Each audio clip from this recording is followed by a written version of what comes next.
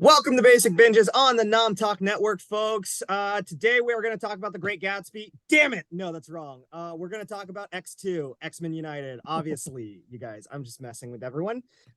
We actually did have a great conversation about The Great Gatsby last week.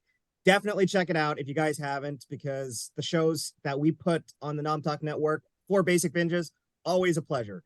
But today, we are going to talk about something that is near and dear to all of our hearts, which is the Uncanny X-Men and the subsequent film series that came after, which, as Toni and I were talking about right before this, has the highest highs and the lowest lows in comic book adaptation history. But thank God we are talking about one of the highest highs in this franchise, X2, the movie that made everyone believe that the X-Men franchise could be one of the best ever.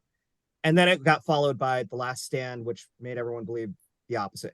That being said, I can't do this alone, guys. The X-Men's not a solo act. We have to have a team, right? And I'm so lucky to be surrounded by one of the greatest teams ever to talk about this today. We've got Toni, we've got Rob, we've got Mikey. How are you guys doing? I'm going to kick it to Toni first. Toni, do you want to introduce yourself and tell everybody hi? Hey everybody, I'm Toni Sanchez and super excited to talk about this movie. It's definitely one of my favorites. Definitely like the most underrated comic book movie I probably right now of all time. But yeah, super excited to be here. Awesome. Toni, are you eating or drinking anything? Water because this is gonna I have a lot of thoughts, so I'm trying to keep my vocal cords lubricated. Understood. Understood. If we were talking about The Last Stand, then you'd need something stronger than water, but we're good. All right. Mikey, how about you? Want to introduce yourself to everyone? Hey, how's it going, everybody? I'm Mikey. Looking forward to talking about X-Men, one of my favorite movies of all time, and looking forward to actually working with you today, Mike. So, I mean, haven't been when you're on when you're hosting, so it's awesome. Mikey, it is an absolute pleasure, buddy. Thank you so much for jumping on this. And you're right, we haven't done a show together. I'm Yeah. excited for this. It's Mike and Mikey, you know. Yeah, it's destiny, buddy. Are you eating or drinking anything? I have these honey butter chips. Have you ever had this before? Ooh, They're actually no. really good. They They're like sound a really good. Korean snack. Very popular apparently, and some water. But I mean, it's really good. Yeah. I love it. Thank you so much for joining us, Mikey. And Yep. last but certainly not least, we've got Rob on the call. Hey, Rob, how are you? And thank you for joining. You want to introduce yourself and say hi to everyone? Hi, yeah, Rob, producer, do all sorts of nerd stuff. Glad to be here. No, just doing great. X2. It's the unsung hero of the pre-MCU films. It's what showed what was possible when you actually use the material as a guideline. And then Yeah, you fill in your pieces as you find them. And that's what absolutely. X2 was. And that's where it really just it excelled over all those pre-MCU Marvel movies. Yeah, 100%. You and I are going to talk about this in a little bit, but you and I basically had the same score, and we both loved the hell out of this movie. So I'm happy. I'm happy we share that in common, buddy. Oh yeah. Yeah. Eating or drinking anything? Just water. I got a bottle of water over there. I'm joining you guys in the water brigade. So we cannot disappoint our viewers who need us to hydrate whenever they want to redeem Nom Talk points. As always, if you guys are on the chat, which we always love having everyone on the chat with us, because again, the show is only as fun as the people that are making us do crazy shit on screen. So hopefully, if you're watching us at home, if you're enjoying, spend those Nom Talk points, make us do crazy shit like sing or talk in third person or hydrate. So yeah, I'm drinking water too. I think we're all drinking water. And yeah, that being said, um guys, let's talk a little bit of X2. We are at the 20th anniversary, basically, just passed for this movie. And I don't know if you guys remember where you were when this movie came out. I certainly do. I was supposed to have the SATs on, let's see, May 3rd, 2003. And instead of studying for them, I was in a theater watching X2 because I was like, no, nothing is going to stop me from watching this movie. I have been an X-Men fan since, I was 6. It is the gateway drug that got me into comic books altogether was X-Men the animated series, and that was all I ever wanted to see was a live action X-Men. In 2000, I got my wish with a really good, really strong movie. At a time where comic book movies were not the norm, and they only followed it up with a sequel that surpassed it in every single way imaginable, and that's what I'm very happy that we get to talk about. It is one of the few comic book movie experiences in my lifetime, especially the earliest one that I can remember, where people openly clapped and cheered in the middle of the movie in the theater when cool stuff was happening. And we see that today all the time when we go see an MCU movie opening day. Endgame certainly had it. I had it this weekend with Guardians Volume 3, which we'll talk about on Wednesday. But X2 was really the first time that fans flocked to the theater and screamed in joy whenever the coolest action sequences were happening. And there are so many good ones in this. So I remember that was my personal experience seeing this movie. I want to go down around the room and just see what everybody else's experiences were. Mikey, I'll start with you. What was your experience like when you first saw this movie 20 years ago? Well, I'm glad you mentioned the audiences clapping and applauding, because that was actually one of my first times being in an audience that big with that many people that's so overjoyed by seeing what they're seeing on the screen. Also, it was one of the first movies that I went with like a big group of friends. Previously, just been like me and a few friends, and this was like everybody was so interested in seeing this movie that we all we made plans like months ahead of time, and we're like just like you showed up in like 20 people, and everything like that, and the theater was packed. Just everybody was just really excited for the movie. It was I can't think of another movie that was this anticipated since maybe Endgame. You know what I mean? Yeah. Since then. So I mean, and then I think a lot of what you said about like comic book movies weren't that big at the time. So this is definitely one of the things where it's like a certain group of people were finding like, oh, this is us. This is a movie for us now. Like this is our time to like go to the movies and enjoy something like that. So yeah, it was great. Absolutely. Yeah. Rob, what about you? Thoughts on your first time watching X2? So I'm gonna reveal the secret, as I'm the youngin of the group. And so I saw this as a kid with my dad, and I was one of the cool kids at school because my dad was like, no, we're going to the midnight release. I don't care. The kid will be tired in the morning. We'll write him a sick note. It's fine. We're not missing this movie. So I just remember me, my brother, and my dad getting loaded in the car for the midnight release of that movie. We didn't go see a whole lot of movies often, but if it was a comic book movie, my father was there, and we were there first. And it was just and it was awesome to actually see a real storyline done, because that X-Men 1, the story is good, but it's weird. It's good, but it's weird. Number 2, just it feels like a comic book brought to life. Mm-hmm. And that's what I love about it. Like you can take it panel for panel and see it as a comic book on its own, and it works, and it makes sense, and it's just I can go for days. You had a cool dad, Rob. I love that he took you to these movies. Yeah. Yes. Yeah. Toni, what about you? First time seeing X2? This would have been summer before my first semester at college, which means I would have been deep into my comic book geekdom. I definitely read a lot more comic books back then than I do currently. And I was a huge X-Men fan. I still am to this day. But I was obsessed with X-Men 92, the animated series. I was obsessed with comic books. That was something that was encouraged by my dad. He actually bought me, they did a reprint of Giant Size X-Men #1 as like a trade. And it had like a bunch of notes. I think at one point, I think Len Cockrum did the intro. Stan Lee did too, even though Stan Lee didn't have anything to do with Giant Size X-Men #1. That was the first appearance of Colossus, Storm, Nightcrawler, Wolverine. Not the first appearance of Wolverine, but the first appearance of Wolverine as an X-Men. As an X-Men, yeah. Yeah. So I mean, it was like I was super excited for the X-Men films, especially because at this point, I think Spider-Man had already been coming out. So I think Spider-Man and X-Men were the only comic book movie game in town. And that first X-Men movie came out. I was not pleased. But I did find it encouraging that, of course, I had the DVD. I listened to all those bonus features. I listened to the commentary tracks, and even Bryan Singer admitted that the first X-Men movie is half a movie. It's just purely an exposition dump. So that's why there's not really much in it. It's just, here are your characters. Here's a mutant. Here are the bad mutants, and now an action sequence at the Statue of Liberty. So it really didn't feel, it felt kind of like, I don't know if you remember Pride of the X-Men, that pilot episode from before. I think it was Wolverine with the Australian accent. Yes, brown and orange, Wolverine with the Australian accent. Yeah, so it felt like that. It felt like a pilot movie.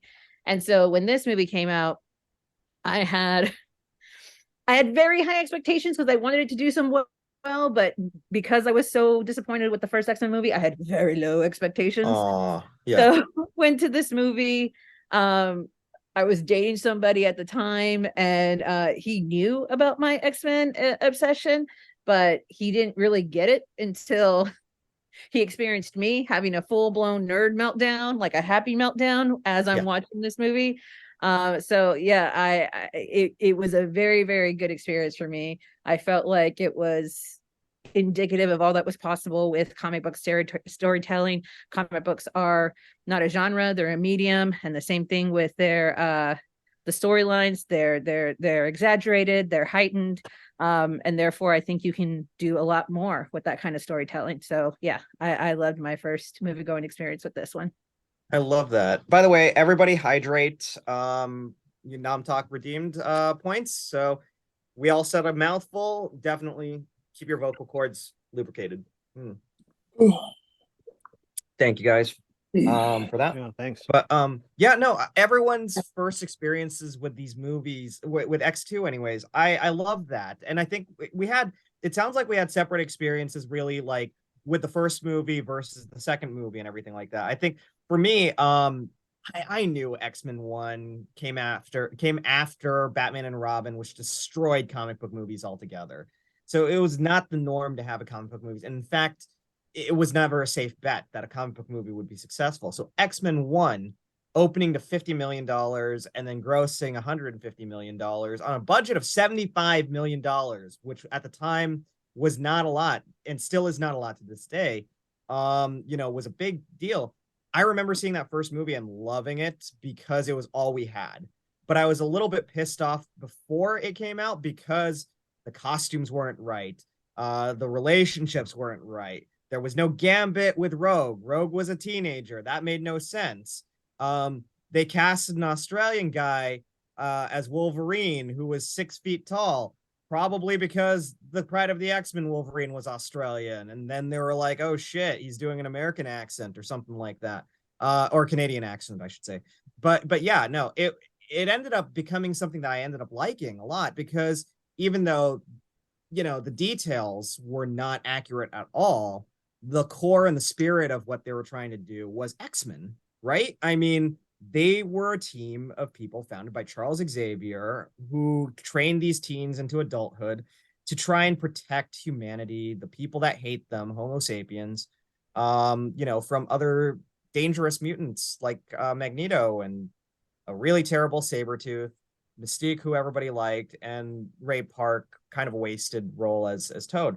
So for them to actually just bust open the gates with X2, we knew that it wasn't going to be accurate, but we weren't sure if it was going to be better, and it ended up being so much better, as everyone on this call is talked about. I want to ask, popcorn ratings. Does everyone have kind of like the out of 5 what they're giving X2? Toni, I'm going to start with you. Yeah, I started at a 4.5. I could easily be talked into a 4 or a 5. And I didn't have a lot of high expectations with this movie, and I loved it. And all of my subsequent viewings, it holds up 20 years later, still holds up. The Nightcrawler intro scene, the first 3 minutes of this movie, name me a better intro of any movie. I can't think of one, to be honest. One that just completely set the stakes, that immediately was a beautiful intro for a character that we had not seen. The effects, I mean, we clown a lot on early millennium special effects on this show, but they hold up. They still hold up. Yeah, it's nuts.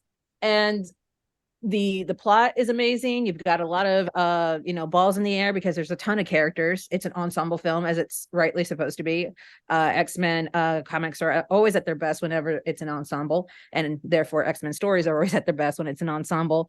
The stuff that I would like chip away at is stuff because I am a X-Men comic book geek. So things in there, like you mentioned, the things that are like not quite right, not quite what I recall, definitely just my own preferences. Like, for example, this is it's the only live action version of Rogue so far. And it's the only one where she's been depowered, because in the comics, she already has her super strength, her flight, all of that stuff. But that is basically stolen powers that her abilities from Ms. Marvel allow her. Exactly. That her abilities allowed her to retain. So she's a very different character in the comics and in everything that she's been into outside of this. So when you take that away, and now she's this meek teenage Southern belle.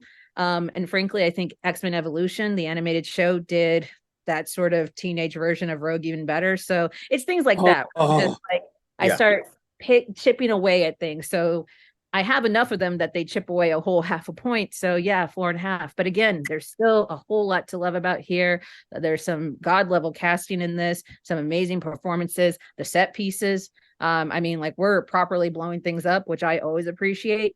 So I mean, there's just a ton to love in this movie. 4.5 out of 5. I love it. I love it. Mikey, what about you? Popcorn rating? I gave it a 4. The only reason it's not a 5 is because as an X-Men fan, just, like you said before, it's tough to like get over the fact that there's some things that are different. You know what I mean? There's still things that like, oh, I don't like how they did this, and I don't like this relationship here, and this kind of like they changed too much. But that's the only reason it's not a 5. It's like it's basically stuff that I wanted. If they gave me more of what I wanted, I would give it a 5. But I'm not knocking it for anything. Basically, I'm not knocking it down a point because it's a 4. It's a great score, I think, in my my opinion. It's a great movie. It gave me enough of what I wanted.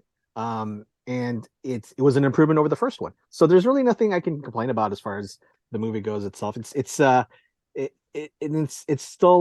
rewatching it now. It was like, God, it takes me back. Like I think at the time it was maybe a 5. I think maybe now that I've seen other Marvel stuff, it's a 4. Yeah. But I mean, it's still great. It was still just a great time watching it again. I enjoyed it. Absolutely. Yeah. And I'm going to touch on this in a little bit, but for me, if you were to ask 2003 me what the rating would be, I would definitely say a 5, right?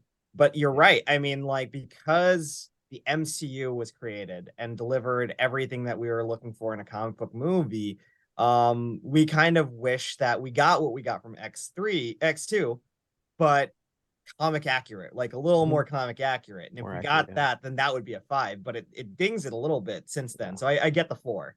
It makes a lot of sense, but it's a good analysis as well and a good breakdown, Mikey, sorry. And Rob, popcorn rating for you. 4.5, and it's only, honestly, it's because one, Rogue, that was a big missed opportunity. I think there was a whole mess. They could have had this great breakup sequence between Bobby going with Kitty. She could have gone with Gambit. It could have all they kind of gone their both separate ways. Hey, we're both going in love. We're both kind of living our lives, but we always got that special connection from the beginning. That was a very missed opportunity. And just because of how dirty they did Phoenix in the following movie, unfortunately, X-Men 3 has ruined parts of X-Men 2 for me. As much as I love them and I could separate each individual one, there are certain things where I can't watch an X-Men 2 because I'm like, y'all are going to screw this up. You're going to mess this up in the next one. In a couple of years from now, every one of you is going to screw up all this, and here's how you're going to screw it all up. Yeah. So it makes it rough. So it's like plus in a post MCU world, it's hard to justify how those pre-MCU films rank, because we do have those now. And we're getting to that point of we've now got a Professor X on the MCU. So now we can kind of compare, okay, how do we like the presentation of one versus the other? So I'm at 4.5. I'm also at 4.5, and I love that you, me, and Tony are on the same page. Mikey, your views on this are also brilliant, and the 4 makes so much sense. As you mentioned, so I think we're definitely all kind of on the same page about this. We love this movie and we love it to death, and we know how amazing it is pre-MCU. And then the MCU came along and was just like, hold my beer, we're going to freaking do comic book movies right. And for me, X2, 4.5 out of 5 for sure, because God damn, this movie's great. I can rewatch it over and over again. It is infinitely going to be on my desert movies list because it's such a fun movie. And I want to do this in a little bit. I really want to go down the line and just get everyone's favorite scenes, but there's so many to choose from, and that's why I love it so much. There is not a moment in this movie that is uninteresting or boring unless your name is Scott Summers. Then but everything else is amazing. The Nightcrawler sequence, of course, is just a bang. Like, it starts the sequence, with one of the greatest comic book movie sequences ever, and you don't think it could get any better than that. But then you've got the Magneto prison break sequence, which is so good. The Lady Deathstrike Wolverine fight, which is so good. It's just like one after the other of these amazing. The raid on the mansion, which is like so freaking good. It's like one after the other, every single scene, they just find a way to top themselves and top themselves and top themselves. And it's like, I don't want to give too much credit to Bryan Singer because he's not a really good individual. Let's be honest. He's actually a crappy human being. Yeah, he's a crappy human being. Having said that, though, God, he directed the shit out of this movie. I hate to say it, but he directed the shit out of this movie. And those, it's back when he gave a shit, about movies. Like, if you heard the horror stories about Bohemian Rhapsody, and how much of a shitty human being he was during that entire shoot and how neglectful he was, it's a wonder that movie got nominated for Best Picture. But with X2, it felt like he was invested in this. He actually cared about this. When you have those moments that aren't even action sequences, like Bobby coming out to his parents that he's a mutant, there's actually a lot of interesting, that's X-Men. It's not all about the action, but it's also about the characterization. It's also about who these characters are, why we need to sympathize with their cause, how shitty real human beings can be. They could basically be Bryan Singers, but two mutants and everything like that. It hits all the right notes, and even with Rogue not being the Rogue that we wanted, with the Carol Danvers powers not being with Gambit, she still has some great stuff in this movie. Like, honestly, the scene where Pyro just goes nuts and starts torching all of those like cop cars, and she steals his powers and puts out the fire. That's a clap-worthy moment. It's a very underrated moment for Rogue because they give her something to do, and then she pilots the plane at the end and saves everyone. Not quite the Rogue that we wanted. The hey sugar with the punching and like flying, but still, some great moments for Anna Paquin, I think, in this film. I wanted to stop really quickly and just acknowledge someone who's in the chat, our unofficial Nom Talk member, Q Ball. Hey Q, how are you doing, buddy? And thank you for joining. I wanted to make sure that I got to your comments as well. I agree. I think you said in the chat that X2 had a better plot and story than the first. 100%. It introduced Nightcrawler. Anna Paquin's character as Rogue got better, like we just said. Really good moments with Storm, Wolverine, and the pacing's a lot better. 100%. You gave it a 5 out of 5. I love that, buddy. I mean, like, I think that it's definitely a movie that's worthy of that score from you. And I think you're gushing about Patrick Stewart's Professor X, who we have no arguments against that. He's just a phenomenal Professor X. So much so that the MCU had to take him back, So 100% agreed. And 100% agreed on the fact that Toni Sanchez is looking adorable tonight. That's what Q Ball wanted to make sure to mention that. And we can't but agree more. Toni Sanchez is always adorable, but with the X-Men jacket, with all of us kind of coordinating on the X-Men uniforms, think we're all adorable, guys. We're There's just a an bunch of X here. cute mother effers, right now. So I love it. And Q, thank you so much for participating as always.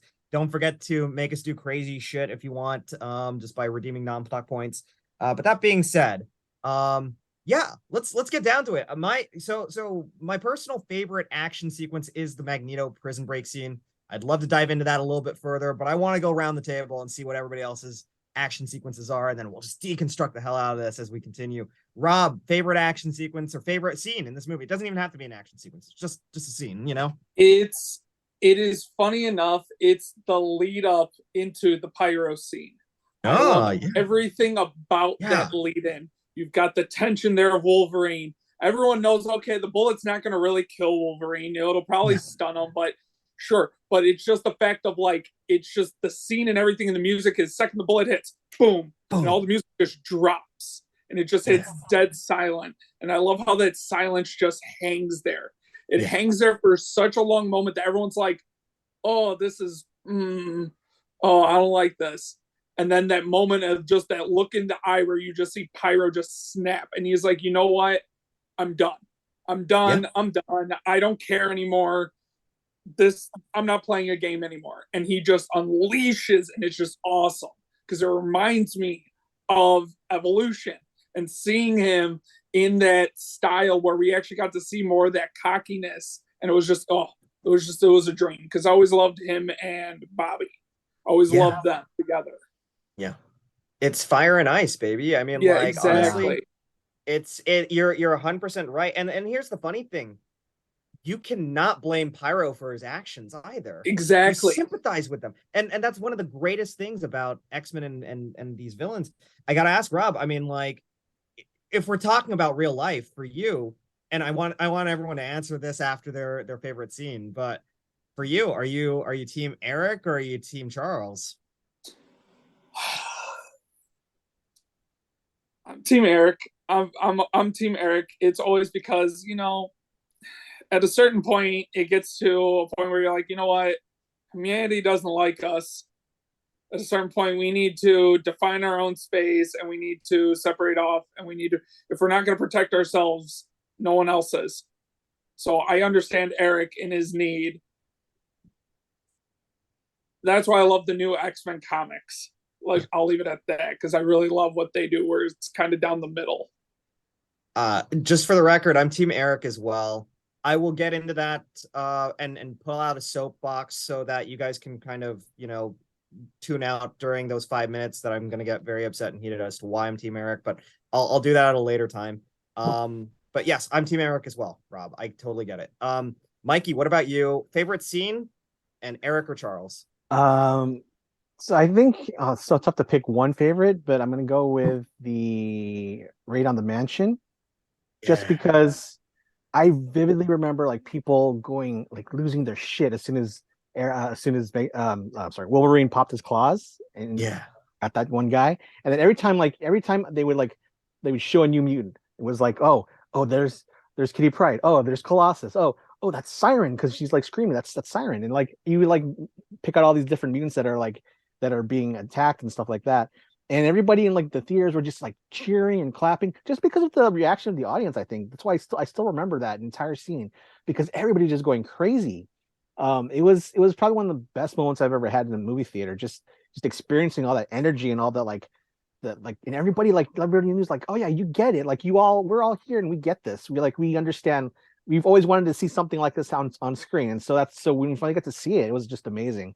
As far as what side, I'm going with Eric because Charles he always makes this he always tries to do the right thing, but I think he's so blinded by his need for diplomacy that he puts his own team in danger almost all the time.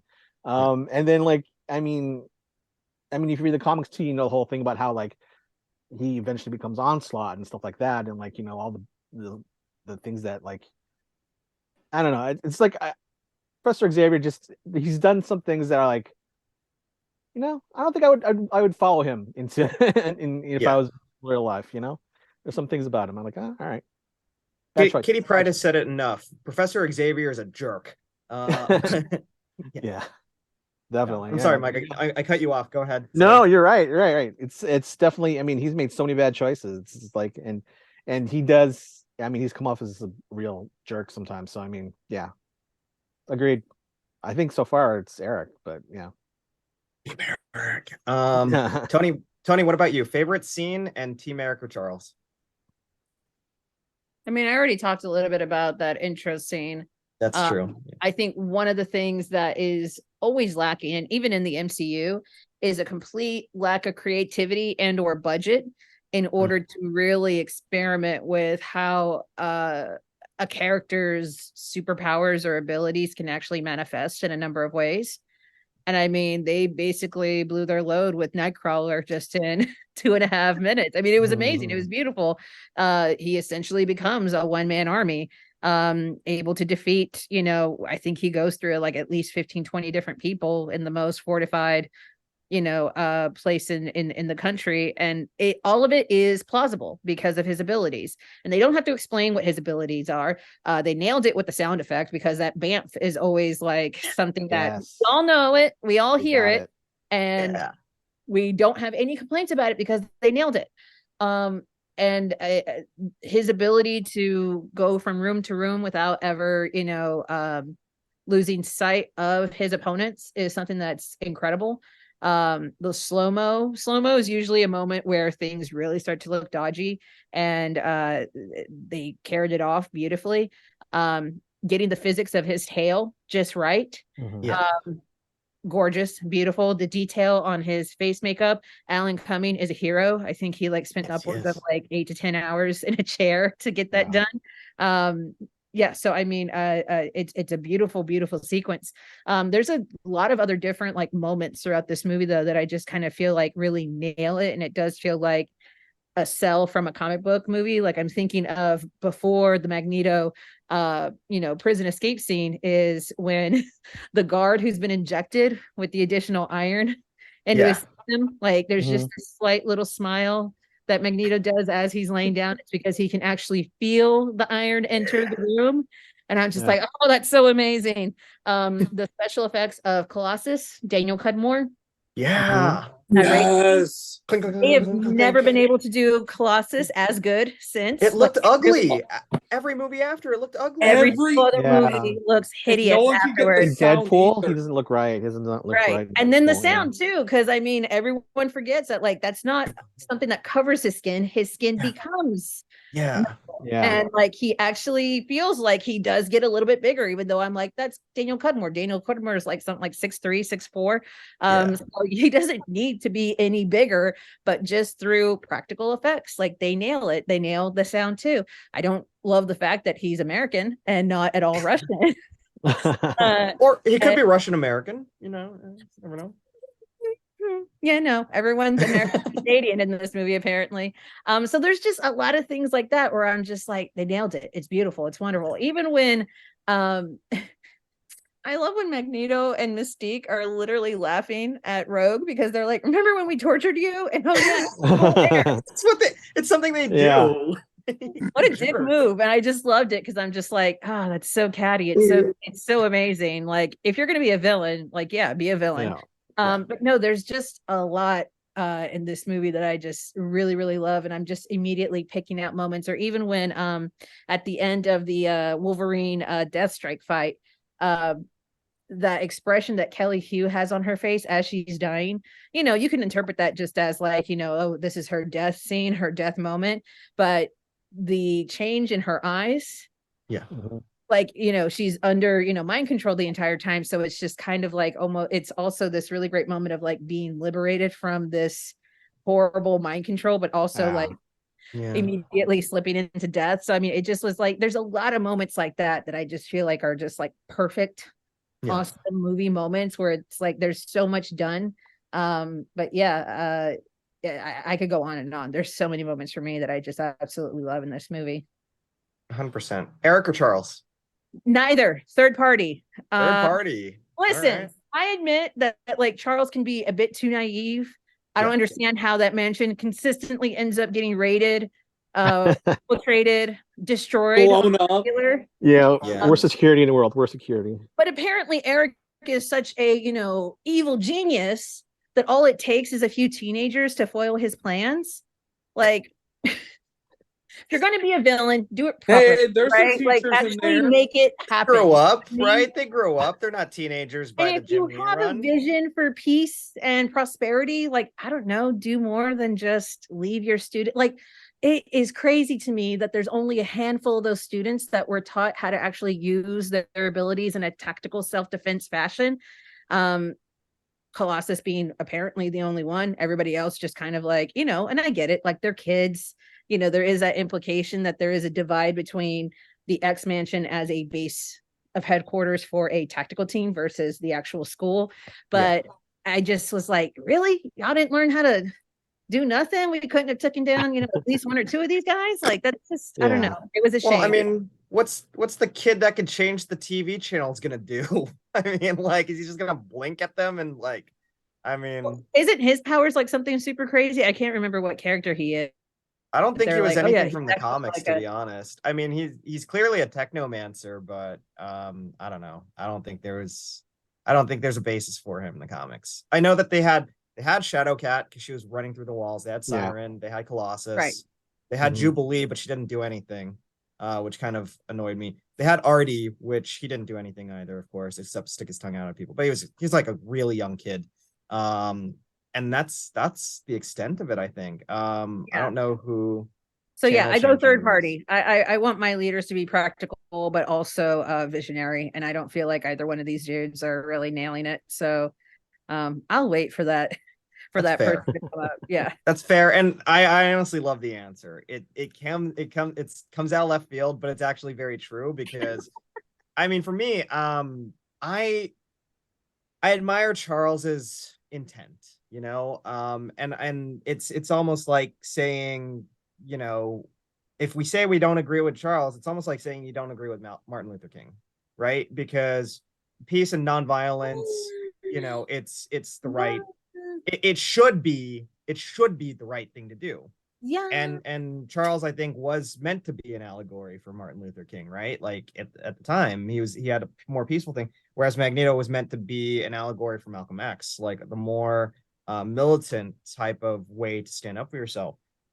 And if we're going to go with the civil rights, allegory, there's a whole slew of civil rights leaders that are like right in the middle of that spectrum between like peaceful non-violent protest versus more militant forms of asserting your safety and your your equality.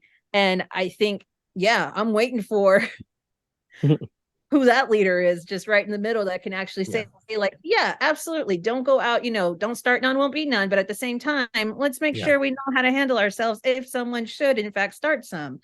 That's all I'm saying. And I think that maybe that's Cable. No. Well, in the comics, like, right, Tony, I feel like as Charles kind of stepped away from being the leader of the X-Men, you look at the Astonishing run, for example, right? When Cyclops steps up and Emma Frost steps up, you get into the more gray areas, where Cyclops is kind of like, I'm done being humanity's bitch boy. Charles was wrong. I mean, that's why Emma Frost is the best. I'm describing Emma Frost. Yeah, Emma Frost is describing. And Emma's one of my favorite characters of all time. So I think like what you're describing is like Yeah. the end. Wasn't it towards the end of like the Ultimate X-Men run? That's when like Emma Frost first took over, and she like starts making massive changes towards like how the team operates. So like they're allowed to use more aggressive force. They start going and they're like, what the hell's going on? She's like, you guys need to learn how to push back. Yes. Well, in the Astonishing, if I'm remembering, just goes on that whole thing. Yeah. Exactly. I want to see that Emma Frost Tony? in movies. That one would be I was going to great. say, in the Astonishing run, I think there's that scene where she's having orientation for the new students, and it's in the danger room. Yes. Programs a hologram. And then the Sentinel comes in, right? And then she basically was like, "What did you learn from this? You will learn that they hate us, and they probably always will hate us, and that this is serious. That your existence is some." I'm paraphrasing, of course. No. You actually got it right on the money. That's what she says. This is your enemy. They will always hate you, and never forget that. And that's the truth. But it's because in the comics she lost all of her students, the Hellions. They all died because, and so like I guess Charles never had to deal with that. And neither did Magneto. They never had to deal with that great of a loss. So Yeah. Emma's ready for it. She's been like emotionally wounded by that, so she knows to like, I'm going to teach these kids to take care of themselves. Unlike Yeah.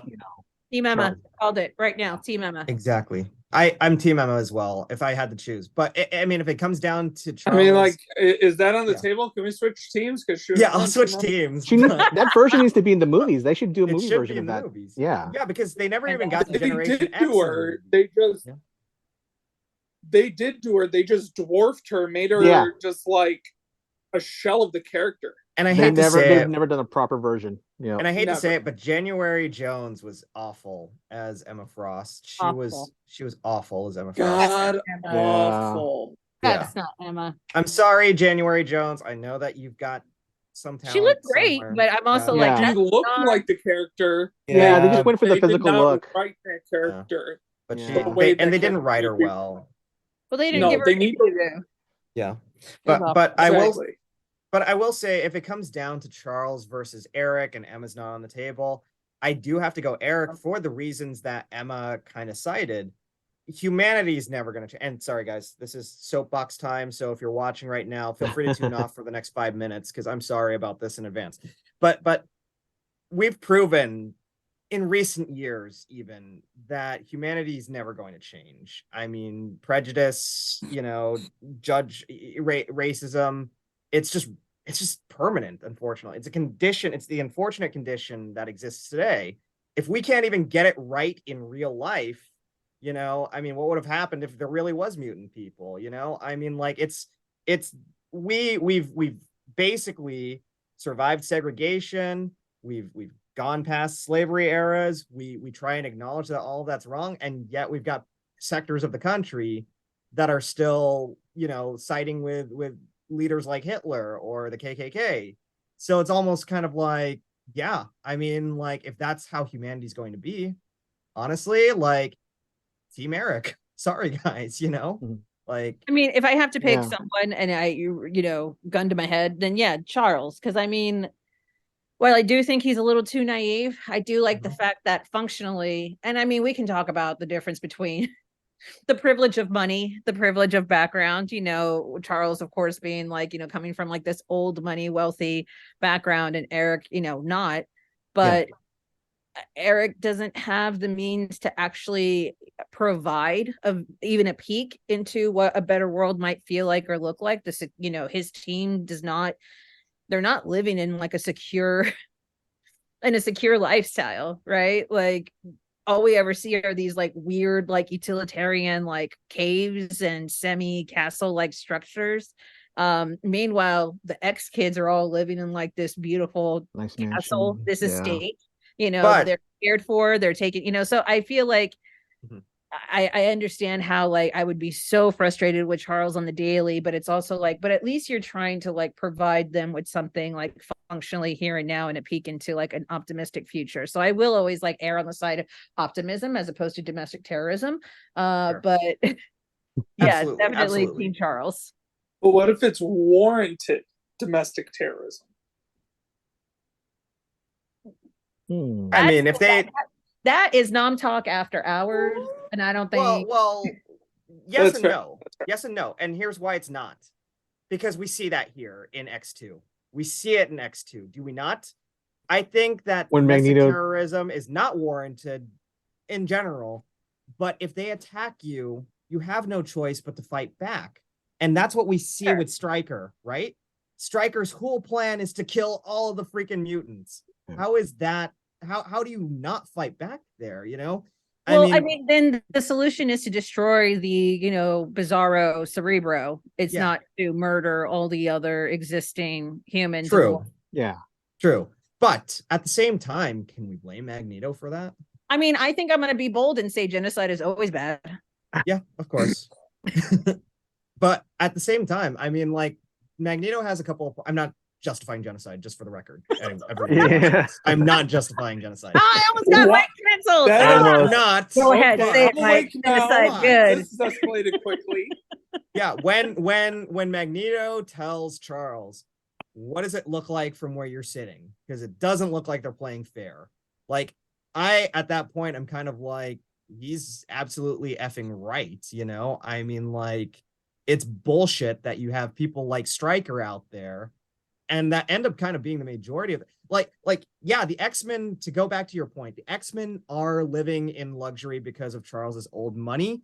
They're also living in anonymity. No one knows they're mutants. And what would happen if they did? You know, Eric's team they're hiding in caves, not because they choose to, but because humanity has driven them there. They've driven them to these horrible locations, and that's the way that it is. I mean, if we're going to get into the politics of that, I think it's because, you know, I did love how this movie does touch on something that we don't really get to talk about because there's not enough X movies and they certainly don't talk about the right things. But it's the difference between a internal mutation versus an external mutation. And the revulsion that the X kids and even other adult X-Men have against Kurt when they first see him. It's heartbreaking. They really tackle that in the comics with the Morlocks, and the sewers and stuff like that.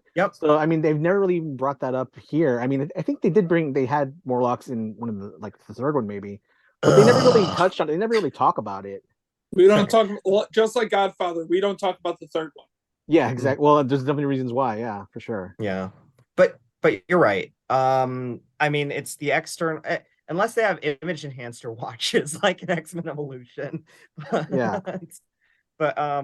yeah, I mean, like, even when you have that, there's a great scene in this where Nightcrawler asks, you know, Mystique, which, by the way, is a nice wink nod to people who know that that's his mother. I wish that it went into those details. It didn't. Yeah, there should have been more to that one. But it is a good scene where he goes, why don't you just blend in? Because you could be anyone. And she's like, we shouldn't have to, you know? So it's that whole external versus internal mutation stuff. That's just, it's heartbreaking, you know? It really is. That's probably the best line Rebecca Romijn ever delivered on screen. I think so too. Poor Rebecca Romijn. Yeah. I mean, I really like, I hate how in the commentary, Bryan Singer even goes as far as to say, like, yeah, I put this in there as the wink wink. But when people were asking me, like, well, why don't you just go ahead and leave it open, you know, so, or even allude that probably is, you know, a mother and son relationship. And he's like, I didn't want my X-Men movies to take on this soap opera quality. And I'm like, I'm sorry, what? That's the point of the X-Men, dude. X-Men to be a soap opera? That's the point of the not read the books? What is the point of having all these characters that come out of their lives? The Gene Scott Logan love triangle all about that. Yeah. I mean, he goes heavy on that. Because of Bryan Singer's comments, we are going to cancel the rest of this show as quickly as we canceled Bryan Singer. No, I'm joking. But yeah. I want to go back to the chat really quickly just to give Cue Ball a couple of acknowledgements. I think the intro scene of Nightcrawler and Alan, they censored Cummings, his last name. Nom Talk, that's his name. Or no, sorry, not Nom Talk. Twitch, that's his name. Don't censor his name. We're so good as Nightcrawler. Elliot Page's Kitty Pryde. Yes, she was good, but that was in the third movie, I'm afraid. In this movie, it was a really random character who played Shadowcat. Like the second actress to play her non-speaking part. But Cue Ball agrees with you, Rob, that there should have been a Gambit. There should have been Bobby should have gone with Kitty, and Rogue and Gambit should have been together. Agreed. And that Gambit should not be played by Taylor Kitsch. But on the nose, Gambit should have been included in this piece.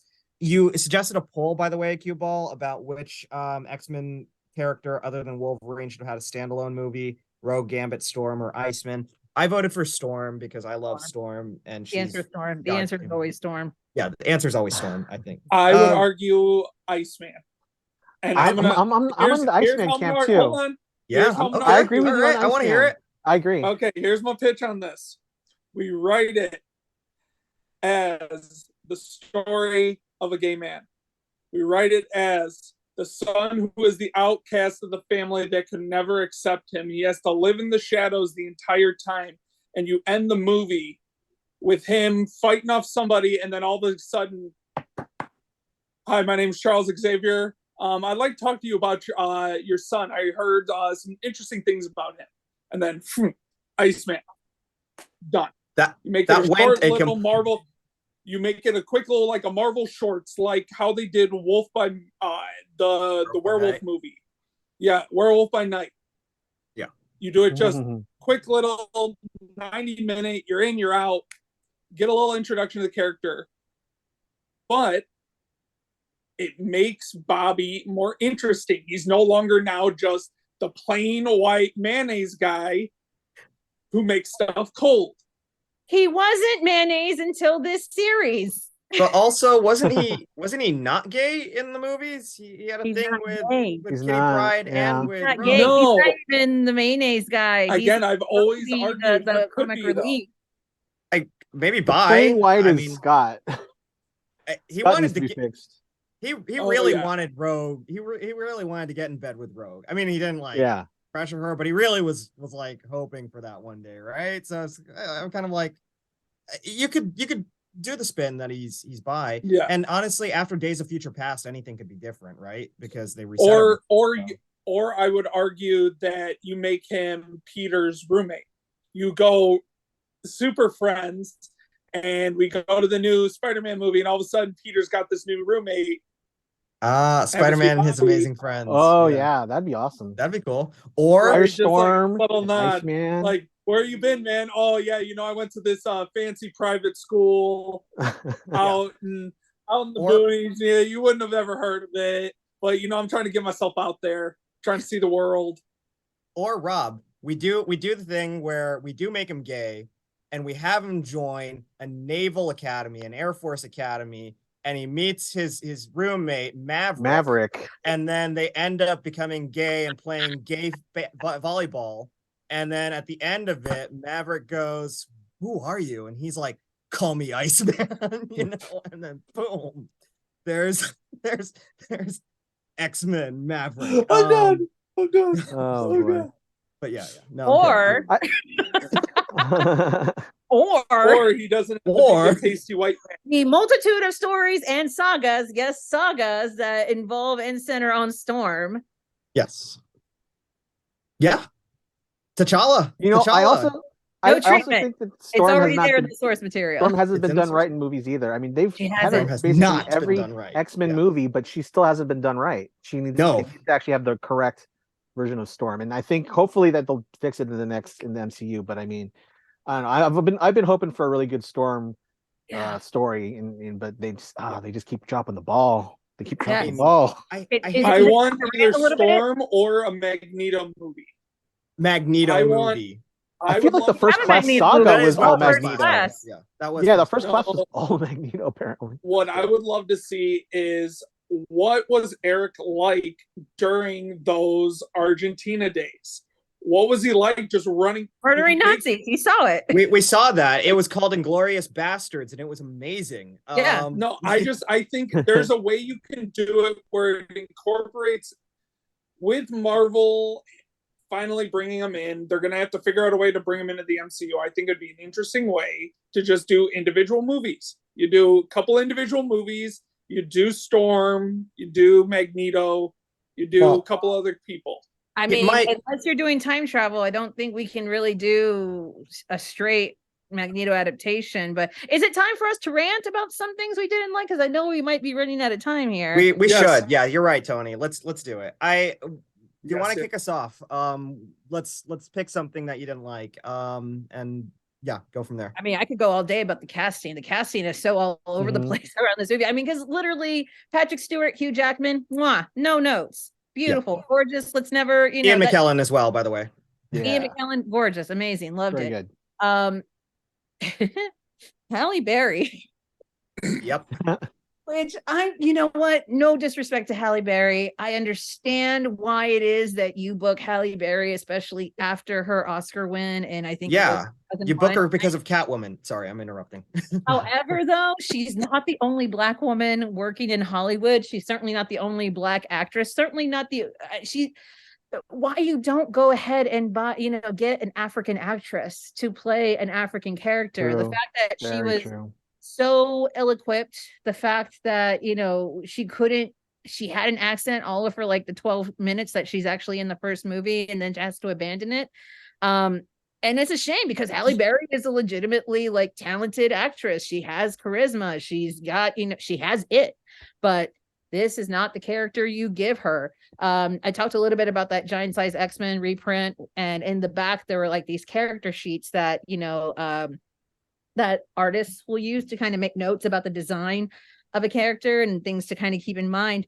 And one of the things they talk about is that even though the character Storm, she's supposed to be short. I think she's no taller than like 5'1", 5'2", but because of the volume, how voluminous her hair is, the fact that she's always in heels, and just her own like regal personality and her own like gravitas, she always comes off as taller. Meanwhile, you put Halle Berry in these god awful wigs, because we didn't know how to figure out wigs until like the year 2015, apparently. And she just looks like Halle Berry in a wig. She just looks like a girl that at the mall. She doesn't even look like as beautiful as we know Halle Berry to be. We've seen her be more glam. She was hotter in the damn Flintstones movie than she is in these movies. So it's just nuts how actual. And then I think the same thing about Famke Janssen. I never understood Famke Janssen in this role. Famke Janssen definitely reads too much as like the femme fatale. While Bridget Monahan, I don't know if folks remember her. She was the co-star in iRobot with Will Smith. Yep. Yeah. Oh, yeah. She would have been a perfect girl next door, redhead, but still like educated and capable. She, to me, reads more maternal, the way that Jean Grey was always meant to be. And Famke Janssen is just being like a hot ex-Bond girl in the back in black leather, but trying to be not too hot because she's the girl next door. And so it was just these really weird miscasts. And it's no fault of the actors themselves, because again, these are all talented, accomplished folks with very impressive resumes and filmographies. And I mean, we could just Anna Paquin, perfect example. She's like the youngest person to ever win an Oscar, or I think she was until maybe somebody else usurped her. I'm not really sure, but miscast. I would say the entire character is miscast. Bobby is not supposed to be this boring old white dude from the Boston, suburbs. He's supposed to be funny. He was the clown. Yeah. And they just make him, hi, I'm the teen. I'm the Bob Teen Dream, poster boy. And it's just like, what are we doing? And I think it's so indicative of the studio not knowing what they were doing. Bryan Singer, for all of his talents and all of his taste, I think that he didn't read the comics perspective. He has a respect for the source material. He doesn't have a love. He doesn't have a passion. I think that these movies are like a lot more elevated than, like, for example, the Sam Raimi Spider-Man movies. But I enjoy those movies a lot more than I do the first three of these films, because I'm just like, it's so obvious that this was not made by someone who has a real passion for it. It's just a mild, like almost lingering respect for it, and it bums me out, man. There's a lot of things that bum me out. Let me ask you a quick question. Do you know what happens to a toad when it is struck by lightning? Sorry, I couldn't resist. It just got off. So apparently, that was another thing too. There were no lighters. That's so bad. Anyways, Toni, amazing insights, and I think we all definitely agree with you there. I want to go a little bit around the table and just get everyone else's like what WTFs about the movie. What didn't work for you guys? Mikey, what about you? Anything not work for you? That did not work for me. Real quick, Lady Deathstrike, did not like the way they portrayed her. I love Kelly Hu. She's a really good actress, and she had a look for it, but they did not. She was basically enslaved the entire movie. This is a badass character. Yeah, there's a badass character right there, and they wasted her in this movie. They didn't even leave her alive so she could redeem herself in another movie. It was just the biggest travesty of just, oh god, I still to this day I'm still upset about how they treated Lady Deathstrike and Kelly Hu. And the history between Yuriko and Wolverine, it's not even there. There's a history that they never even touch. And then when they tried to do the Japanese story, they couldn't use her anymore because they wasted her in this movie. Yep. Oh, it's infuriating. Yeah, I'm there with you, buddy. I mean, Jesus. Rob, what about you? Any WTFs? I don't know. How about evil eye drops on the back of people's necks? What is this?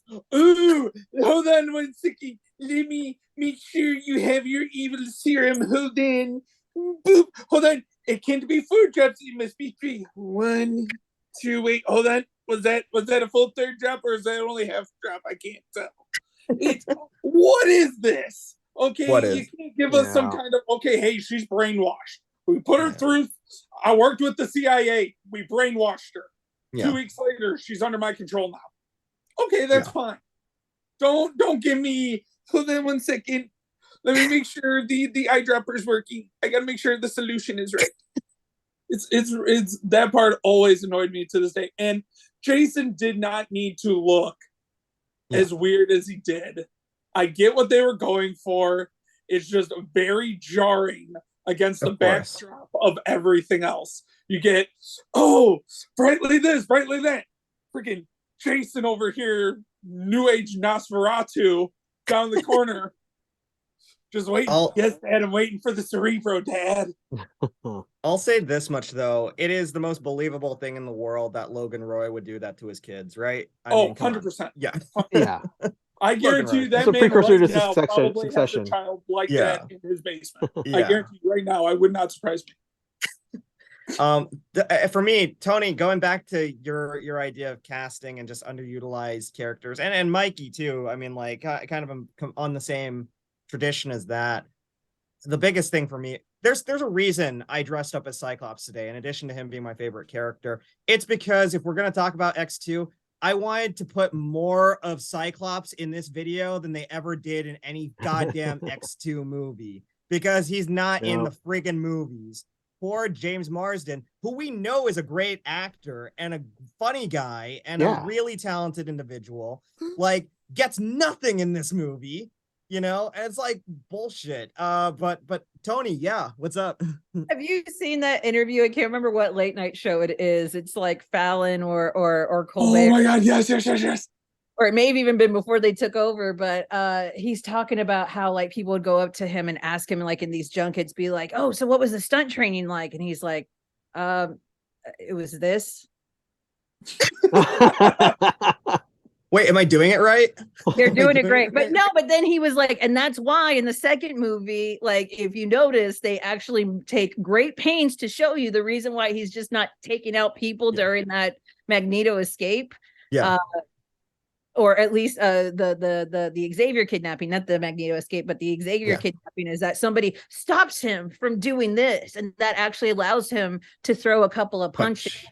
And James Marsden is super excited about the fact that he actually gets to physically punch people and touch people as opposed to just doing this. But so I your entire rant just reminded me of that, because it's so true. They gave him nothing. They gave him nothing to do. He does that, and then Bryan Singer goes up to him and goes, "Okay, that's it. You're not in the movie the rest of the time."